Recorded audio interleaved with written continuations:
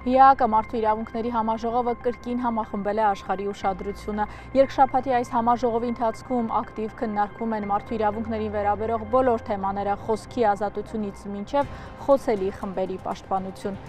Այս տարի համաժողովը բացառիկ ակտիվությամբ է անցնում։ Կազմակերպիչների տեղեկացմամբ գրանցվել է ավելի քան 1900 մասնակից ԵԱԿ անդամ 57 երկրից։ Հայաստանը ևս ակտիվ ներկայացված է։ Մեր երկրից այս օրերին մի շարք հասարակական կազմակերպությունների ներկայացուցիչներ են Լեհաստանում։ Այդ կազմակերպություններից երկուսը նույնիսկ ԵԱԿ համաժողովի շրջանակում առանձին միջոցառումներ են կազմակերպել։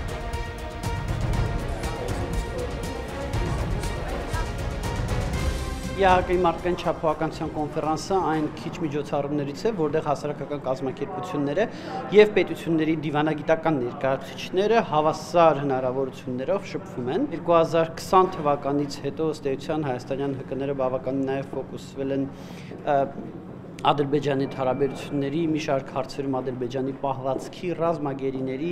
ռազմական հանցագործությունների վերաբերյալ եւ այդ հարցերը այստեղ բարձրացնում են։ Այս տարի մեր հասարակական կազմակերպությունը երկու առանձին միջոցառում է կազմակերպում։ Մեկը վերաբերվում է նրան, թե ինչպես են բռնապետերը զավթում տարածքներ առանց մարդկանց։ Երկրորդ միջոցառումը լինելու է կապված ռազմական հանցագործությունների հետաքննության հետ եւ լրագրողների դերի մասին, որը որ շատ կարևոր է ռազմական հանցագործությունների քննության համար։ Այսօր օրինակ ներկայացրեցին գերիների խնդիրները, որովհետև նաև թեմատիկ առումով լիովին հարմար էր, թեմայից դուրս ելույթներ մեծ հաշվով չես կարող ունենալ։ Բայց բաց չեն թողնում խնդիրները բարձրացնելու խաղաղության կարևորության մասին խոսելու հնարավորությունը։ Ադրբեջանական պատվիրակությունը անդադ խոսում էր խաղաղությունից, բայց ես իմ ելույթում հենց դա շեշտեցի, որ խաղաղություն ցանկացող պետությունը չի կարող պատանդ պահել գերիներին։ Առաջիկա նիստերին լինելու են նաև էթնիկ խտրականության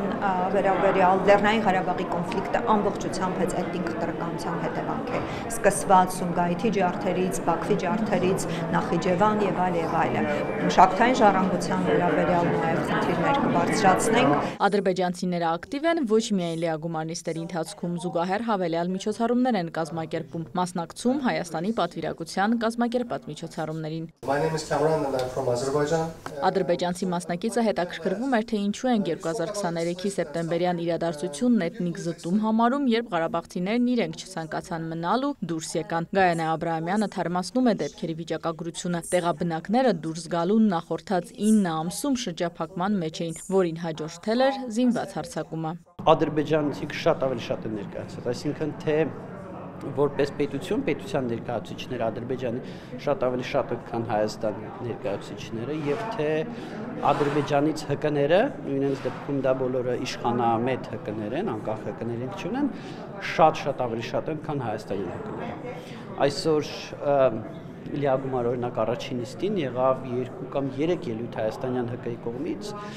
եւ երևի 10-ից ավելի ելույթ ադրբեջանական իշխանամետ ՀԿ-ի կողմից, որոնք մեկը մյուսի copy-paste տեքստերով կրկնում էին մեկը մյուսին։ Հիմնականում խոսում էին նրա մասին, որ 80-ականների վերջին շատ ադրբեջանցի փախստականներ լքել են Հայաստան եւ այդ փախստականների իրավունքների մասին, ինչին ի պատասխան մենք ասում ենք, որ հարգելիներս նույն ժամանակաշրջանում շատ մարդիկ հայեր լքել են Ադրբեջանը։ Սումգայիթը, Բաքուն, մի շարք այլ քաղաքներ, որտեղ բազմաթիվ հայեր էին ապրում, իրենք լքել են։ Երբեմն լինում են բավականին նենց լեզվակռիվներ ադրբեջանական ներկայացուցիչներ, ադրբեջան ներկայացուցիչները, պետք է ասեմ, որ այս պայդրությամբ այդ լեզվակռիվները ավելի քիչ ագրեսիվ մթնոլորտում են։ ԵԱՀԿ խորհրդարանական վեհաժողովի ժողովրդավարության, մարդու իրավունքների եւ հումանիտար հարցերի հանձնաժողովն այս տարի նախագահում է Սարգիս Ղանդանյանը։ Լիագումար վեհաժողովին թե առանձին միջոցառումների շրջանակում Հայաստանի անունն այսօր ԵԱՀԿ հարթակներում ավելի հաճախ է հնչում որպես դրական օրինակ։ Հատկապես երրորդ չափման տեսանկյունից, ժողովրդավարության բարեփոխումների տեսանկյունից, մարդու իրավունքների բարելավման տեսանկյունից, ընտրությունների բնականաբար կազմակերպման եւ անցկացման տեսանկյունից եւ նաեւ այն տեսանկյունից, թե Հայաստանն ծանր հումանիտար հարցերը ինչպես է կարողացել լուծել վերջին տարիներին։